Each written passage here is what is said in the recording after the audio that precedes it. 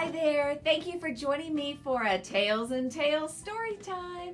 I'm Miss Robin from the Fort Smith Public Library, and I think you're really going to like this book. Let's see what Mr. Fred has for us today. Are you ready? Let's go. Our library bag has a big surprise. Now's the time to use our eyes. Untie, unwind, open wide. Show us what's inside. Ready, set, go. 1, 2, 3. Open now and let us see.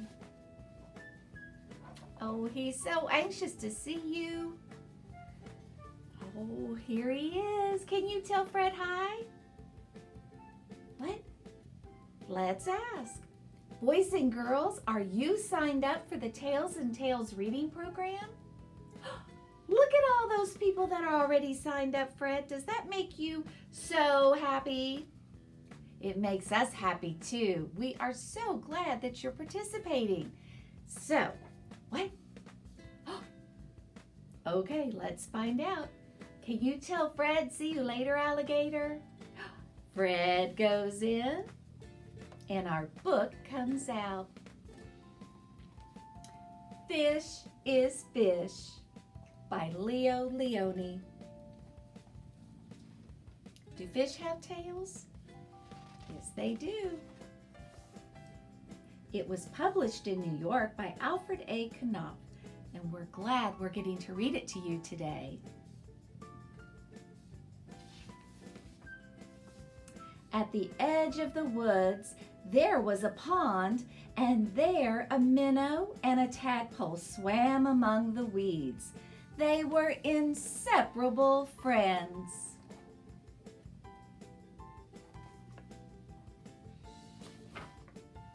One morning, the tadpole discovered that during the night, he had grown 2 little legs. "Look," he said triumphantly, "look, I am a frog." "Nonsense," said the minnow. "How could you be a frog when just last night you were a little fish just like me?" They argued and argued until finally the tadpole said, "Frogs are frogs and fish is fish, and that's that."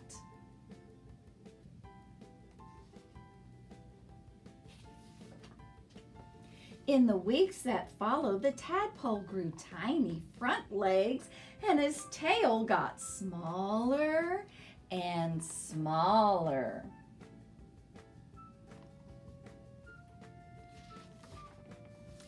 And then one fine day, a real frog now, he climbed out of the water and onto a grassy bank.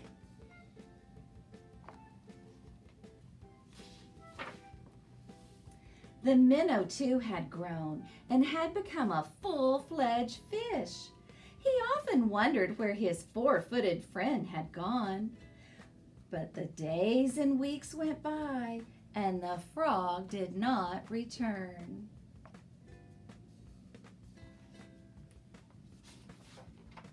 Then one day, with a happy splash that shook the weeds, the frog jumped into the pond. "Where have you been?" asked the fish excitedly. "I have been about the world, hopping here and there," said the frog, "and I have seen extraordinary things."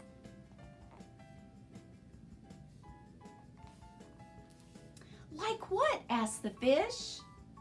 "Birds," said the frog mysteriously. "Birds," and he told the fish about the birds, who had wings and 2 legs and many, many colors. As the frog talked, his friend saw the birds fly through his mind like large, feathered fish. "What else?" asked the fish impatiently.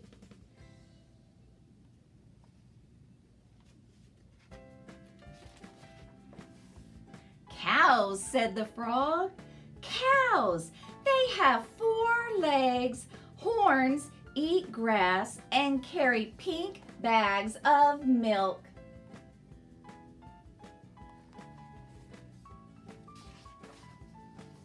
And people, said the frog, men, women, children.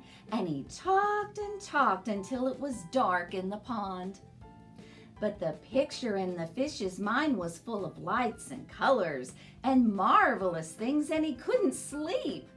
Ah, if he could only jump about like his friend and see that wonderful world.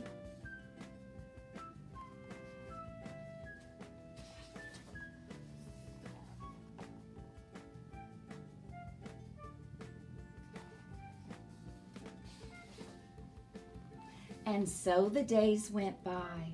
The frog had gone and the fish just lay there, dreaming about birds in flight, grazing cows, and those strange animals all dressed up that his friend called people.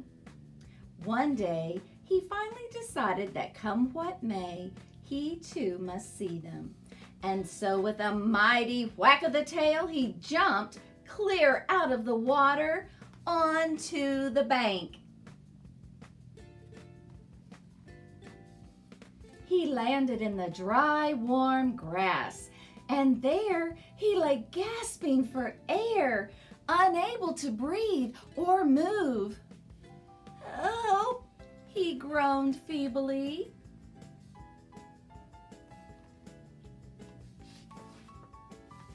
Luckily, the frog who had been hunting butterflies nearby saw him and with all his strength pushed him back into the pond.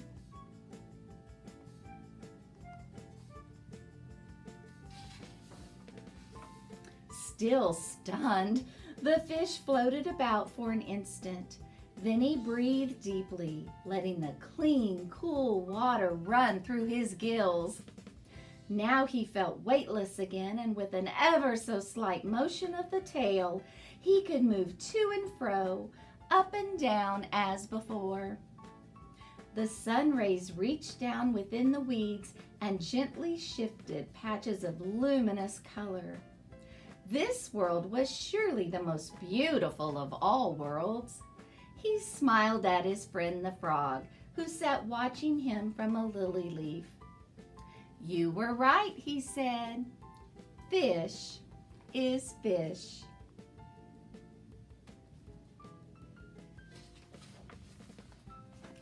The end.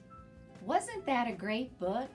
Leo Lionni has written many wonderful books for children, and you can find them in the library. We hope we'll see you soon.